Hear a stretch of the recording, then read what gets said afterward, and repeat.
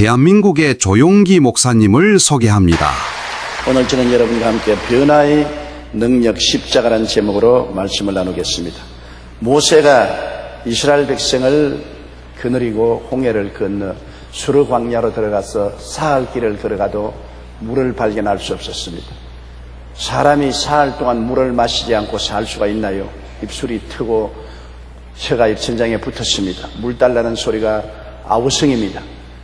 그런데 그들이 연못물을 발견했는데 뛰어가서 마셔보니 물이 써서 마실 수가 없었습니다. 물을 마신 사마다 토하고 뒹굽니다. 그러고 통곡을 하고 울면서 모세야 우리에게 물을 달라, 우리가 물이 없어 죽겠다고 하니까 모세가 하나님께 기도하며 그 연못가에 있는 한 나무를 지시하시는지라 그 나무를 가지 꺾어서 연못물에 던지니 쓴물이 달아져서 마음껏 물을 마시고 기가를 해결했다는 말씀이 기록되어 있습니다. 이는 굉장히 의미심장한 말입니다. 왜냐하면 우리가 예수를 믿고 신앙생활로 들어온 것은 마치 홍해를 건너온 것과 같습니다. 마귀의 지배에서 벗어나서 홍해를 건너오는 것이 중생의 체험과 같습니다. 그래서 이 세상 광야의 길을 지나 천국 가나안 땅으로 들어가는데 이 광야를 지난 동안에 우리는 별 도리 없이 많은 쓴물이 마음속에 생겨나는 것입니다. 인간 세상에 사는 동안 평안한 일만 있을 수가 없어요. 마음속에 쓴물이 생겨나서 쓴물을 마시고 고통을 당하고 심신이 병들고 슬프고 불행해지는 것입니다. 이 쓴물을 무엇으로 달게 하고 우리가 이 광야 여행길을 편안하게 할 수 있겠습니까? 이 쓴물을 달게 하는 것은 나무가지를 꺾어 던져야 된다고 하는데 그 나무가지가 바로 십자가를 상징하는 것입니다. 예수 그리스도의 십자가를 끌어안으면 십자가의 보혈의 은혜로 우리 마음속에 쓴물이 달아진다는 것을 성경은 상징적으로 우리에게 가르쳐주고 있는 것입니다.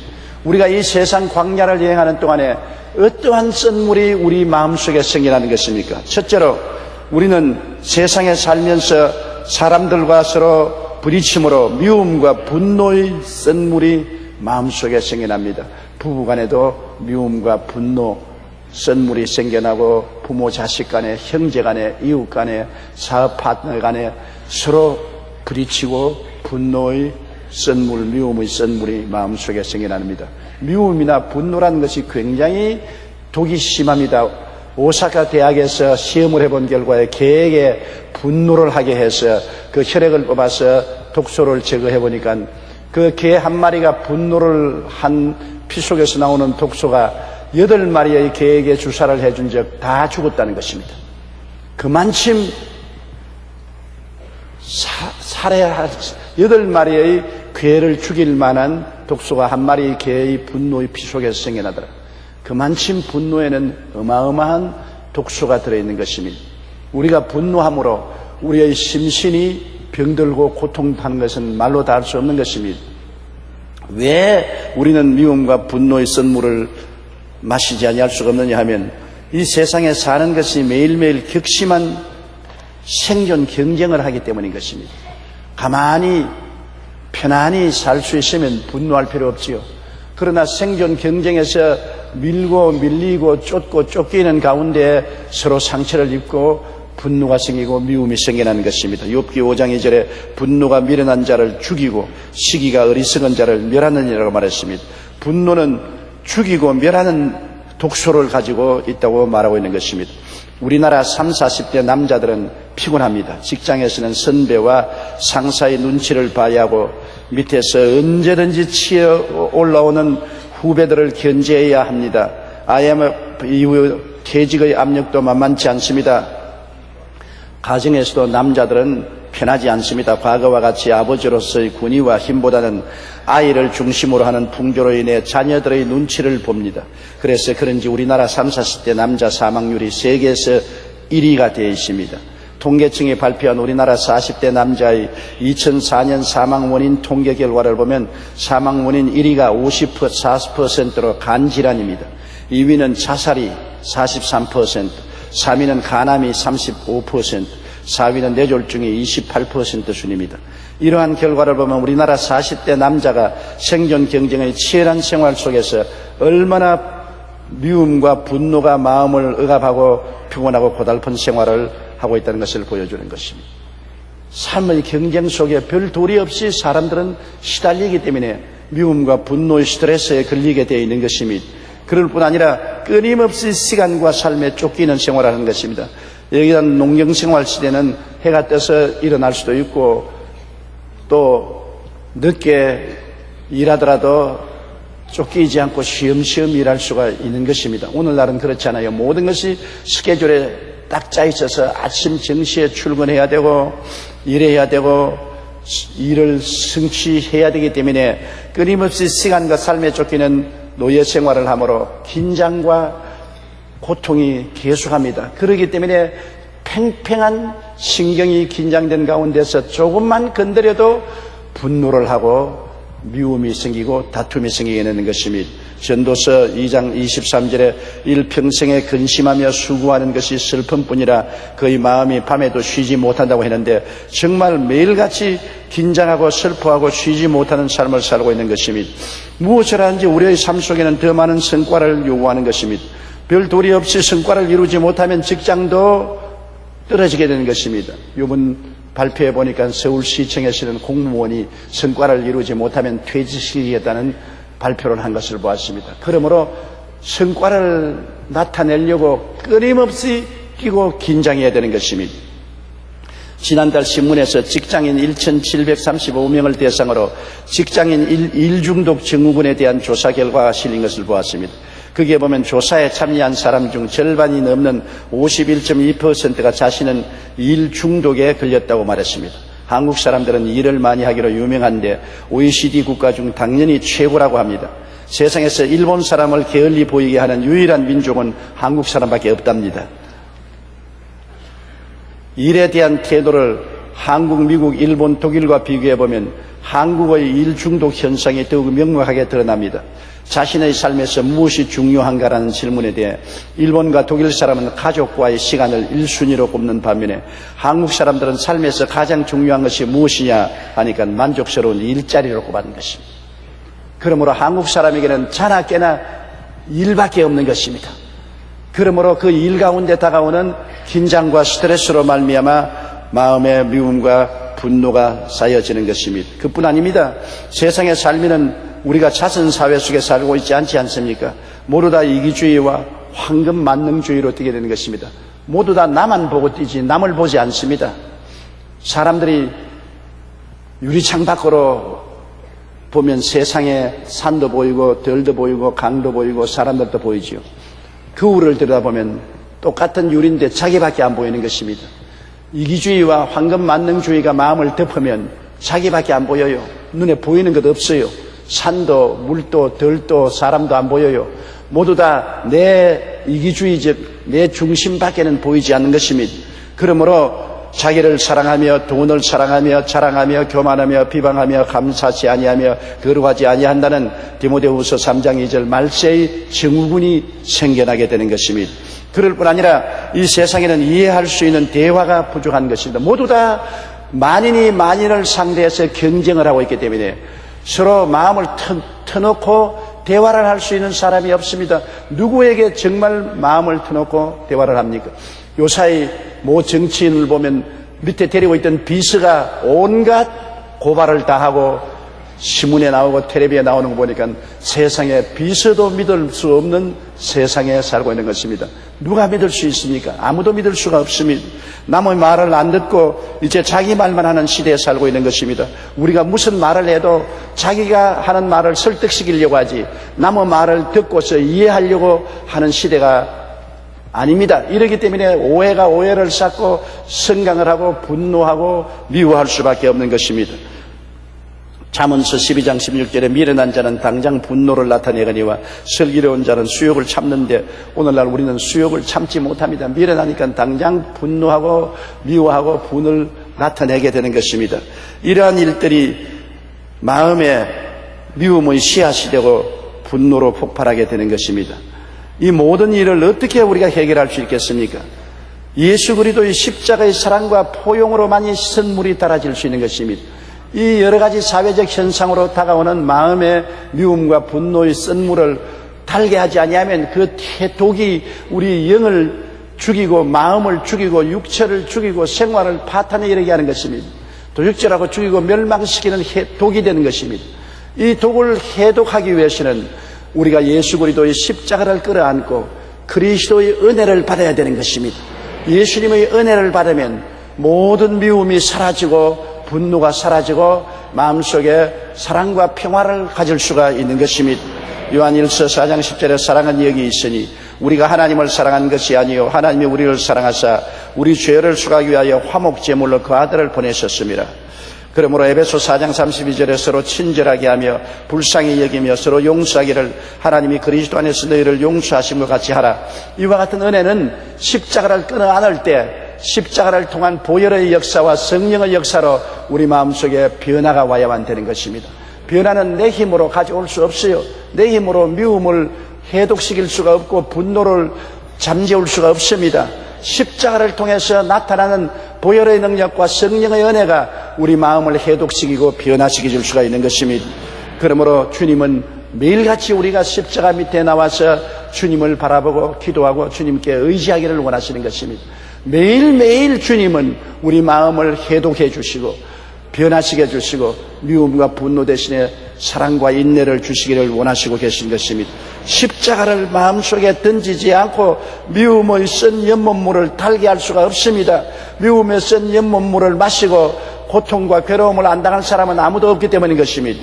둘째로 우리가 이 세상을 살아가면서 마음에 생기는 쓴물은 공포와 불안의 쓴물입니다. 누구를 불구하고 이 세상에 사는 사람 가슴을 쓸어내리며 공포와 불안을 느끼지 않은 사람은 없습니다. 매일매일 공포와 불안이 우리를 엄습해 오는 것입니다. 어린아이가 세상에 태어나면 두 가지 공포를 가지고 있다는 것입니다. 큰 소리를 지르면 어린아이가 울고 높은 데서 떨어뜨리면 어린아이가 굉장히 두려워합니다. 어른들은 그것도 모르고 어린아이 좋아한다고 던졌다가 않고 던졌다가 하는데 애들은 기걸 초풍을 하는 것입니다. 높은 데서 떨어지는 공포와 큰 고함 소리의 공포가 어린아이들은 태어날 때부터 가지고 있는 것입니다. 자라나면서 이것이 우리의 다른 형태의 공포로 달아나는 것입니다. 어른들은 큰 소리가 아니라 비난과 비평받는 데 대한 불안을 가지고 있는 것입니다. 가정에서도 아내는 남편에게 비난과 공격을 받을까 불안해하고 남편은 아내에게 비난과 공격을 받을까 불안해하는 것입니다. 자녀는 부모에게 공격을 받을까 불안해하고 공포를 가지고 있습니다. 세상에 나가면 어느 곳에 가든지 비난과 비평받는 것을 두려워하고 항상 몸을 움츠리는 것입니다.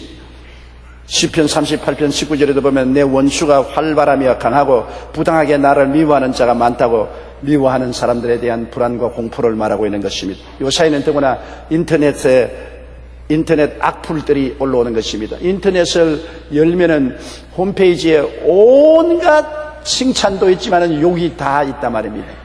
그 욕짓거리를 읽고 난 다음 아름다운 미모의 탤런트들이 세상을 하직할 정도로 좌절과 절망을 느낍니다. 좀 유명하다는 사람은 욕 얻어먹는 사람이 없어요. 욕을 태바지로 얻어먹습니다. 저도 저희 홈페이지에 들어가면 욕을 태바지로 얻어먹어요. 아예 거기에 구독살이 올라와야지 그걸 보고서 웃고 웃으면 사람 미쳐요. 그러므로 마음이 약한 젊은 여성들이 자기 홈페이지에 들어오는 온갖 악플을 읽고 난 다음에 좌절하고 절망하고 젊은 삶을 자살로서 끝맺히고 마는 비극이 있는 것입니다. 사람들은 다른 사람이 비난하고 비평하는 데 대한 굉장한 불안과 공포를 가지고 있는 것입니다. 그리고 또 이 세상에 살면서 인정받지 못하고 소외되고 버림받는 불안을 가지고 있는 것입니다. 사람은 혼자 살지 못하지 않아요. 함께 삽니다. 집안에서나 이웃에서나 회사에서나 다 함께 사는데 함께 사는 사람들 가운데서 인정을 받지 못하고 소외되고 버림받으면 어떻게 할까 하는 그런 불안이 굉장히 많습니다. 시편 38편 11절에 보면 내가 사랑하는 자와 내 친구들이 내 상처를 멀리하고 내 친척들도 멀리 섰나이다. 사람들이 자기를 멀리하고 소외시키고 인정하지 않을까 굉장히 불안하지요. 사람은 인정을 받으면 굉장히 좋습니다. 자기를 인정하는 자를 위해서 목숨을 버린다는 말이 있는 것입니다. 가정에도 그래요. 남편이 부인을 인정해주면 신바람이 나는 것입니다.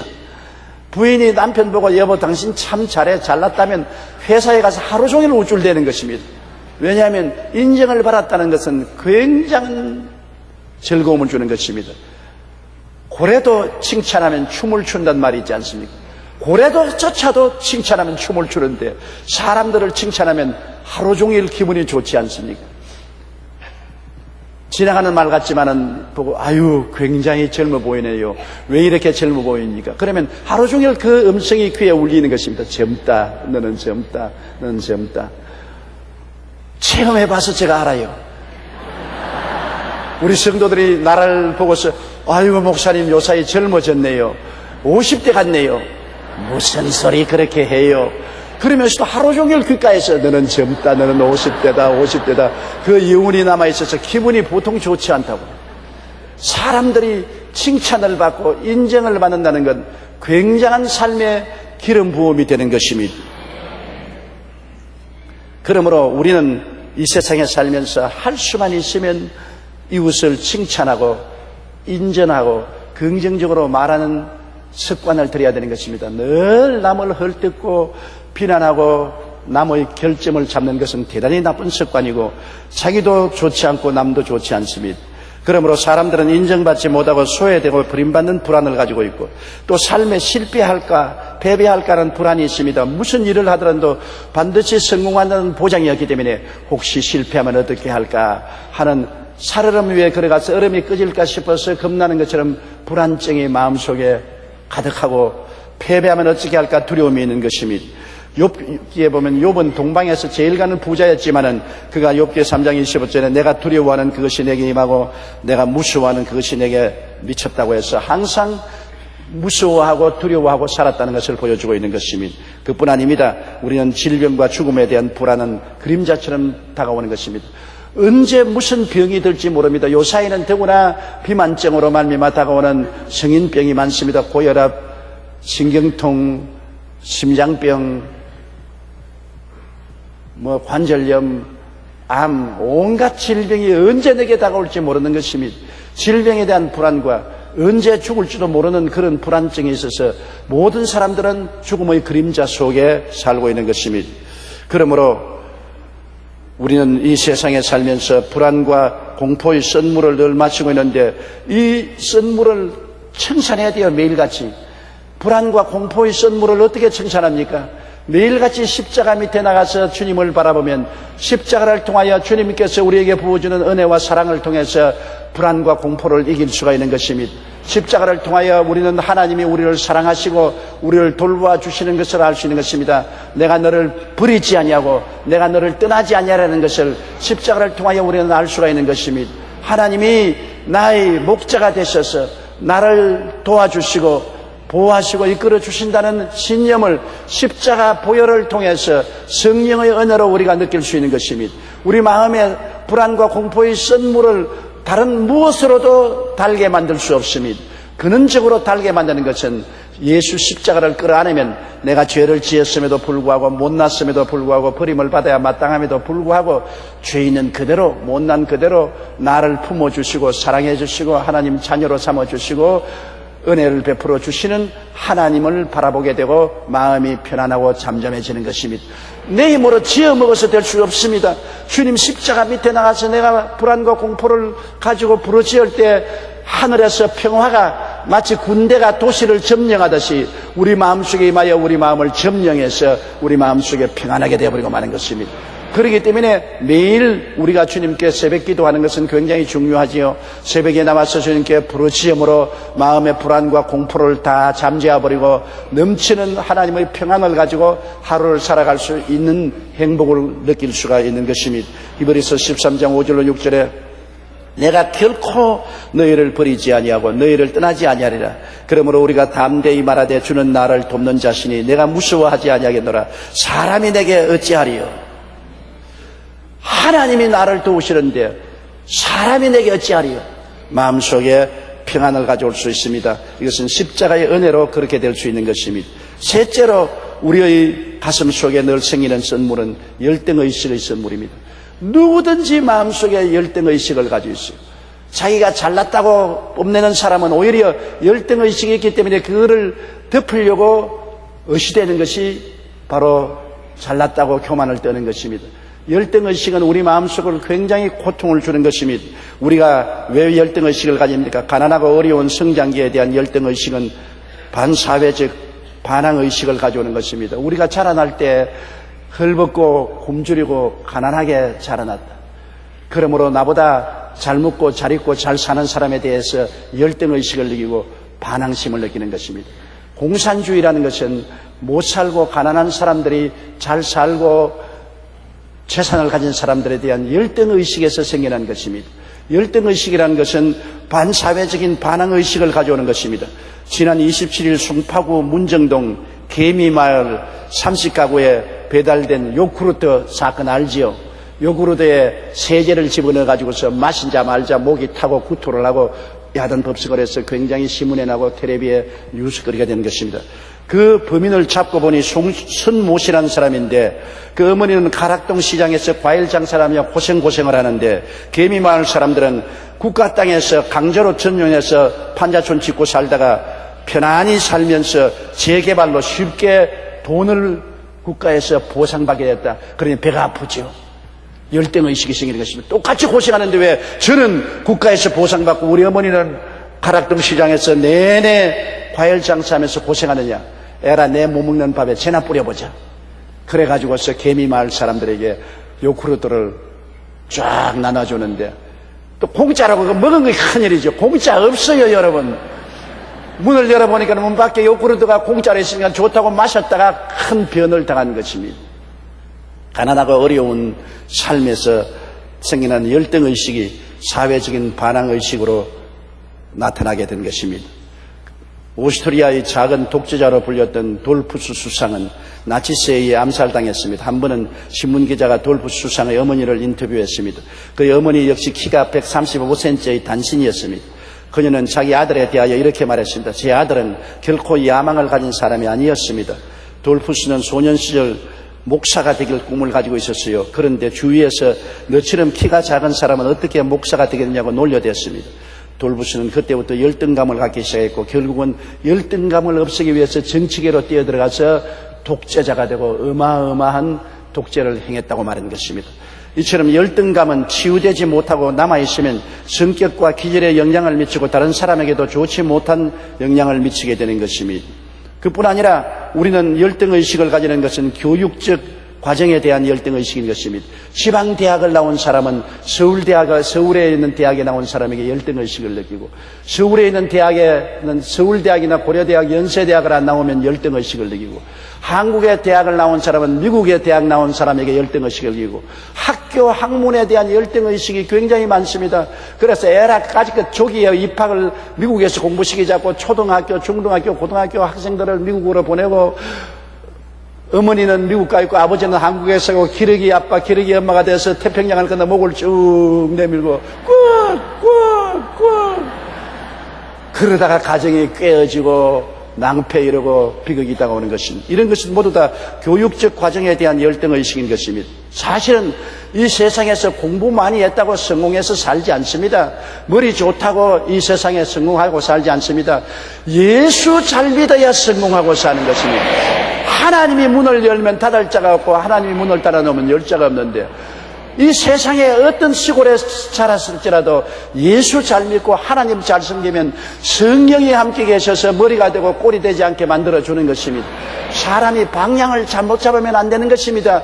오해를 하면 안 되는 것입니다. 참으로 잘 사는 길은 하나님을 섬기는 길이고 지혜의 근본이 하나님을 알고 믿고 섬기는 것이 지혜의 근본인 것을 알아야 되는 것입니다. 그런데도 불구하고 교육적인 과정에 대한 열등의식으로 사람들은 오늘날 고통을 당하고 썬물을 마시고 있는 것입니다. 또한 외모에 대한 열등의식도 대단한 것입니다. 요사이 신문에 보니까 젊은 여성치고 성형외과를 찾지 않은 사람이 거의 없다고 말한 것입니다. 요사이 농담에 천당에 들어가는데 시간이 상당히 오래 걸린답니다. 왜냐하면 하나님 천사가 와서 들어오는 사람 신분 조사를 하는데 사진에 나온 거라고 본인하고 얼굴이 틀리니까 이거 틀리지 않느냐? 아이고 그때는 성형외과에 수술하기 전이고 지금 수술해서 틀립니다. 그걸 알아보는데 시간이 걸린다고 한답니다. 그만큼 많은 사람이 성형수술을 했습니다. 성형수술은 다른 사람 보라고 하는 것보다도 자기 마음의 외모에 대한 열등의식을 커버하려고 하는 것입니다. 며칠 전에 우리 집사람이 제게 와서 당신 가발 몇 개냐 그랬어요. 4개. 왜 4개나 가발을 만들었어?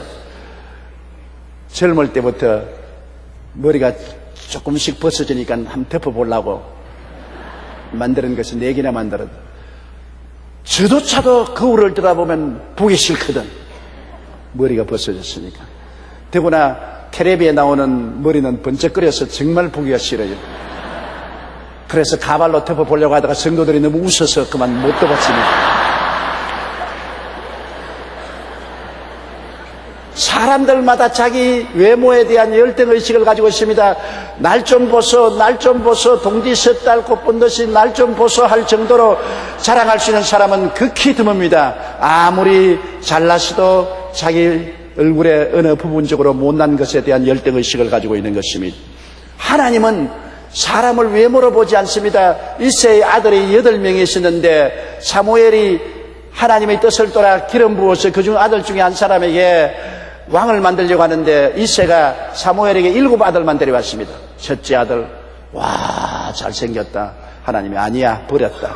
둘째 아들 사무엘이 보니 와 이 왕이 될 만하구나. 하나님이 버렸다. 셋째 아들, 와 이놈도 잘생기는데 하나님이 그놈도 버렸다. 7째까지 나왔는데 하나님이 다 버렸답니다. 그래서 사무엘이 이새에게 물으시면 또 아들 하나 없느냐? 하나 있기는 있지만 그거는 우리 집에서 아주 못난 놈이에요. 별 볼 일 없어서 내가 아예 데리고도 안 나왔어요. 그놈은 저 산에서 지금 양을 치고 있습니다. 그런 말 하지 마세요. 걔를 데리고 오세요. 그래서 다윗이 별 볼 일 없다고 생각하는 아버지의 뜻에도 불구하고 데려와서 사무엘 앞에 서니까 하나님이 보아라. 이 사람을 내가 택해서 이스라엘의 왕으로 삼았으니 얘에게 기름을 부어라.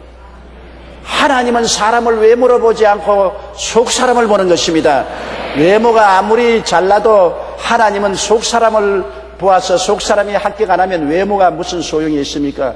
하나님께 잘 배워야 출세를 하고 성공을 하고 행복하고 잘 사는 것이지 사람에게 잘 배워봤자 별 소용없지 않습니까? 사무엘상 16장 7절에 야훼께서 사무엘에게 이르시되 그의 용모와 키를 보지 말라. 내가 이미 그를 버렸노라. 내가 보는 것은 사람과 같지 아니하니 사람은 외모를 보거니와 나 야훼는 중심을 보나니라. 그 다음 또 우리가 이 세상에 살면은 국가적인 열등의식이 있습니다. 우리는 오랜 세월 동안 5,000년 역사 가운데 수없이 중국 사람들에게 침략을 당하고 중국의 지발을 받았기 때문에 중국에 대해서 국가적인 문화적인 열등의식을 늘 가지고 있습니다. 거기에다가 일본에 36년 동안 지배를 당했으므로 언제나 일본에 대해서 열등의식, 좌절감을 가지고 있습니다. 그래서 3.1절만 되면 일본에 대해서 분노를 퍼붓고 8.15만 되면 분노를 퍼붓습니다. 그러나 우리가 이러한 유아적인 분노를 벗어버려야 되는 것입니다. 열등의식과 좌절감, 국가적인 열등의식과 좌절감을 늘 품고 살면은 여러분 성공하지 못합니다. 열등의식과 좌절감은 자동차를 운전하는 사람의 백미러를 쳐다보는 것과 한 가지가 있습니다. 자동차를 운전하면서 자꾸 백미러를 쳐다보고 뒤에 뭐가 오느냐고 자꾸 보면 앞에 추돌하고 마는 것입니다. 뒤의 것은 잊어버리고 표대를 향하여 앞으로 나가야 되는 것입니다. 중국과 과거에 우리가 당했던 서름도 잊어버려야 되고 이제는 일본에게 침략을 당해서 우리가 고통을 당했던 것도 잊을 때가 왔습니다.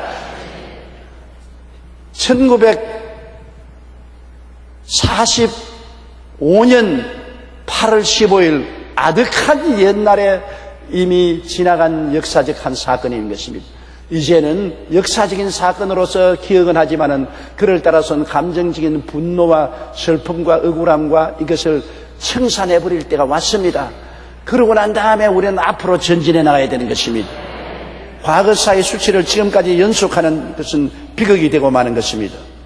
우리는 적은 민족이지만은 이스라엘이 적은 민족이라도 하나님이 이스라엘을 사랑하사 선택하니까 바벨로니아, 아수르와 메데, 파사, 로마 다 망해도 오랜 유구한 세월 동안 적은 이스라엘은 지금도 면면히 살아서 세계적인 우수한 국가와 민족으로 남아있는 것입니다. 신명기 7장 7절에 야훼께서 너희를 기뻐하시고 너희를 택하시면 너희가 다른 민족보다 수요가 많기 때문이 아니라 너희는 오히려 모든 민족 중에 가장 적으니라.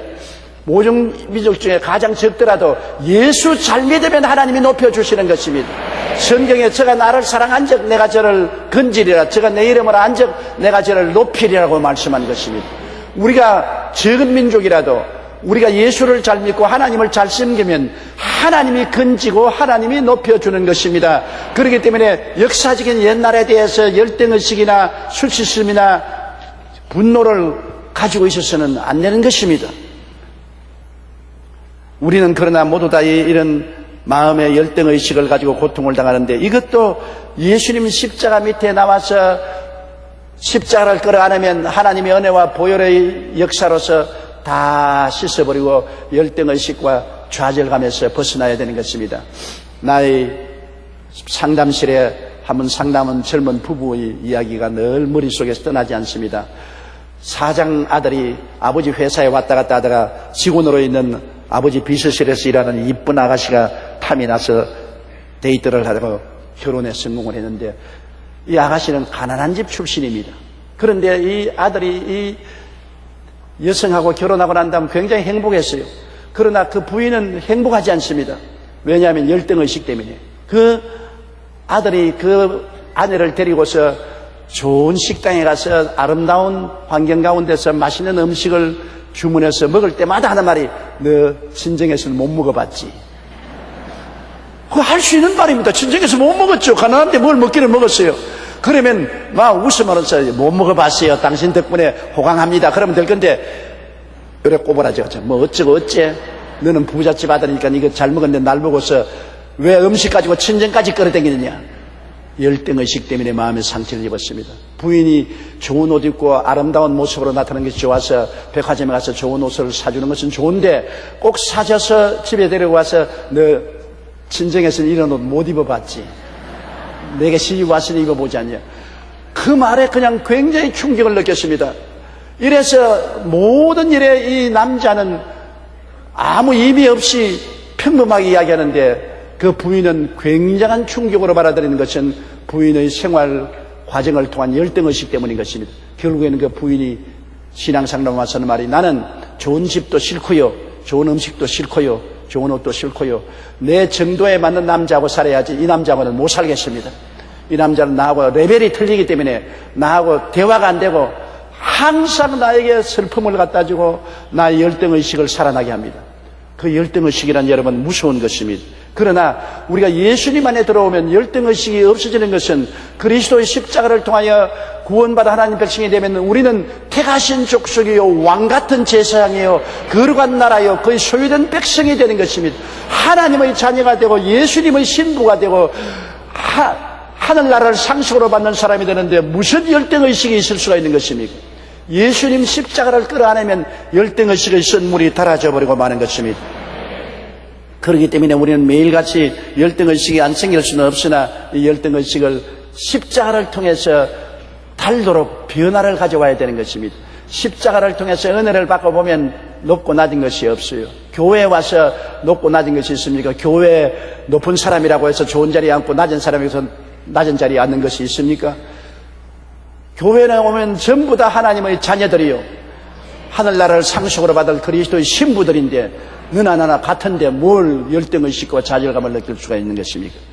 넷째로 선물은 인생을 살면서 좌절감과 낙심의 선물인 것입니다. 우리의 마음속에 좌절감이 다가오고 낙심이 다가온 선물, 항상 좌절감, 낙심 속에 눈물을 흘리고 사는 사람이 있습니다. 내가 아는 한 사람은 부인이 죽은 지 벌써 근 10년이 다 돼가는데 지금도 그 방 안에 부인의 사진과 유품을 그대로 고스란히 두고서 밤낮 부인 쳐다보고 울고 직장도 갖지 않고 술을 마시고 폐인이 되어 있는 것입니다. 그리고 사람들마다 오면 자기 부인 잃어버린 슬픔을 말하는 것입니다. 사람들은 한두 마디 동정을 하지만 그것도 한두 해가 아니고 10년이 가까워오니까 이제 눈들머리가 나는 것입니다. 왜냐하면 언제나 좌절감과 낙심의 선물을 마시고 있으면 그 인생은 파괴되고 마는 것입니다. 지나간 것은 뒤로 던져버리고 잊어버리고 새로 인생을 살아야 되는 것입니다. 하나님은 누구든지 그리스도 안에 있으면 새로운 피조물이라 이전 것은 지나갔으니 보라 새 것이 되었도다. 십자가 밑에 나오면 하나님은 우리를 새롭게 만들어주는 것입니다. 예수를 통해서 주시는 새로운 삶을 우리가 살아야지 옛날 삶에 붙잡혀서 눈물 흘리고 지나고 있으면 안 되는 것입니다. 사람들은 좌절감과 낙심의 쓴물을 마시는 것은 자기의 무력감을 늘 마음속에 의식하고 있는 것입니다. 이스라엘 백성 중에 열정탐꾼은 가나안 족속들을 바라보고 그들과 우리 비교하면 우리는 메뚜기더라. 메뚜기 자화상을 가지고 있습니다. 항상 나는 메뚜기다, 나는 메뚜기다, 메뚜기다, 메뚜기다. 메뚜기가 사람하고 어떻게 싸웁니까? 그러니까 뒤로 물러가지요. 나는 못한다, 나는 못해요, 나는 안 돼요, 할 수 없어요, 나는 죽어요. 그러면 안 되고 못 되고 죽어요. 안 기뻐도 마음속에 나는 예수 그리스도를 믿고서 나는 기뻐요, 나는 기뻐요, 나는 기뻐요, 나는 기뻐요. 여러분 하루에 10,000번만 기쁘다고 해보십시오. 기쁨이 솟아나지. 약한 사람도 나는 강해요, 나는 강해요, 나는 강해요, 나는 강해요, 나는 약하지 않아요, 나는 강해요, 나는 강해요. 아침 점심 저녁으로 한 100번씩만 하루에 300번만 외워보시오. 연약이 한 길로 왔다가 7길로 도망치고 마는 것입니다. 항상 자기의 좌절감과 낙심의 쓴물을 마시고 사람들이 성공할 수가 없는 것입니다. 자기의 자화상을 바꿔야 돼요. 자기의 무력한 인식을 가지고 늘 쓴물을 마시면 안 돼요. 항상 환경을 부정적으로 바라보는 마음은 안 되지 않아요. 무엇을 바라봐도 부정적으로 바라봅니다. 이스라엘 열정탐꾼이 유대 광야를 바라보고 와, 주민을 삼키는 광야구나. 광야를 바라보고 주민을 삼키니 저곳에 갔다가는 우리들 다 삼킴을 받겠다 했습니다. 그러나 여호수아와 갈렙은 와, 넓은 땅, 하나님이 젖과 꿀이 흐르도록 만들 땅이 이렇게 많구나. 똑같은 땅을 보는데 주민을 삼키는 땅이라고 보고 다른 사람은 하나님이 계심으로 젖과 꿀이 흐르게 만들 땅이라고 보는 것입니다. 항상 환경을 부정적으로 보는 마음을 가지고 있으면 마음이 광야가 되고 사망이 되어버리고 인생을 성공적으로 살 수 없는 것입니다. 하나님이 계심으로 모든 슬픔은 기쁨으로, 좌절은 희망으로, 죽음은 삶으로 바꿀 수 있는 것을 믿어야 되는 것입니다. 하나님이 같이 계시면 달라질 수 있습니다. 빌립은 5,000명 남자와 수만 명 부녀자들을 보고 못 먹인다고 말했었습니다. 그러나 안드레는 먹인다고 말했었습니다. 빌립은 광야니 못 먹이고 돈이 없으니 못 먹이고 사람이 많으니 못 먹이고 떡 살 곳이 없으니 못 먹인다 했으나 안드레는 그럼에도 불구하고 먹일 수 있다. 왜? 예수님이 같이 계시기 때문에, 예수님이 기적을 행하기 때문에 먹일 수가 있다고 생각하는 것입니다. 결국 빌립은 못 먹였으나 안드레는 보리떡 5개와 물고기 2마리를 먹였습니다. 여러분, 우리는 예수님 십자가를 끌어안고 예수님과 함께 있으면 주님이 모든 일에 기적을 행하시는 것을 믿어서 긍정적이 되어야 되는 것입니다. 우리의 마음속에 부정적인 환경을 바라보고 희망에 등 돌린 태도를 가져서는 안 되는 것입니다. 우리는 절대 절망해서 절대 희망을 가진 사람인 것입니다. 왜냐하면 예수님은 죽어서 절망 아닙니까? 무덤에 들어간 지 사흘 만에 부활하셔서 사망과 음부를 영원히 멸해버리기 때문에 예수님 계신 곳에는 부활밖에 없는 것입니다. 사업이 망했습니까? 예수님이 들어오면 부활할 것입니다. 가정이 망했습니까? 예수님이 들어오면 부활할 것입니다. 마음이 절망적입니까? 예수님이 들어오면 부활할 것입니다. 실망했습니까? 예수님이 들어오면 부활할 것입니다. 우리는 부활의 그리스도를 모시고 사는 것입니다.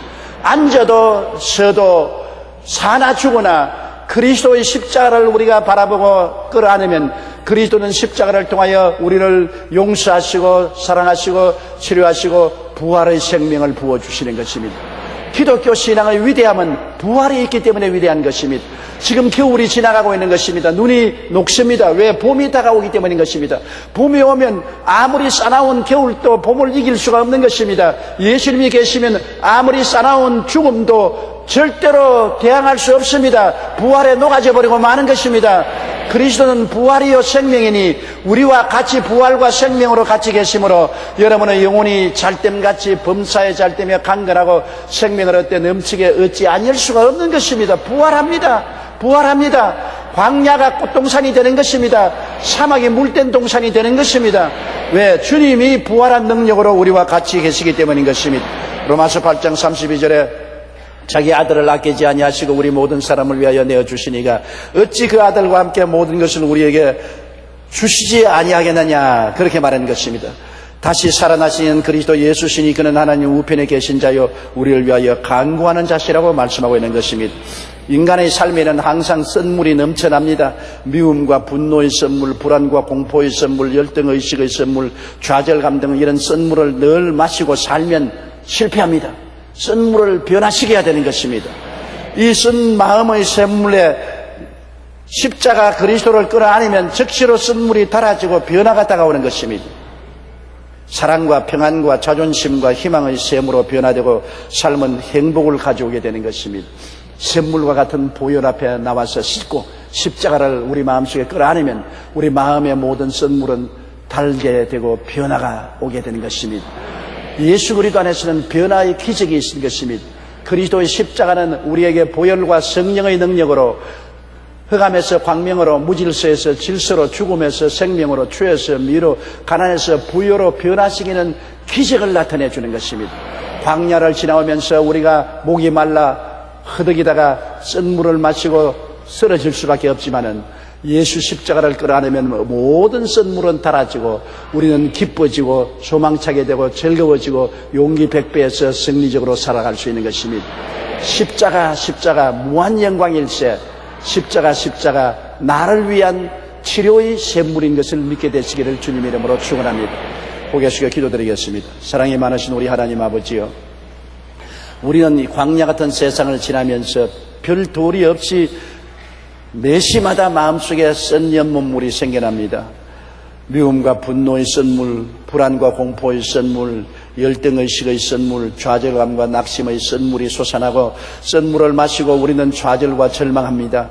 내 아버지 하나님이시여, 이 쓴물을 마시지 않고 이 쓴물을 단물로 변화시키는 십자가를 끌어안게 도와주시옵소서. 십자가 앞에 나가서 주님께 부르짖으면 보혈의 능력과 성령의 권능으로 모든 쓴물은 달아지고 오히려 쓴 경험이 우리에게 축복의 단물이 된다는 것을 알게 도와주시옵소서. 예수님 이름으로 기도드립니다. 아멘. 할렐루야. 아멘. 목사님 감사합니다. 구독과 좋아요는 제작하는 데 힘이 됩니다. 감사합니다.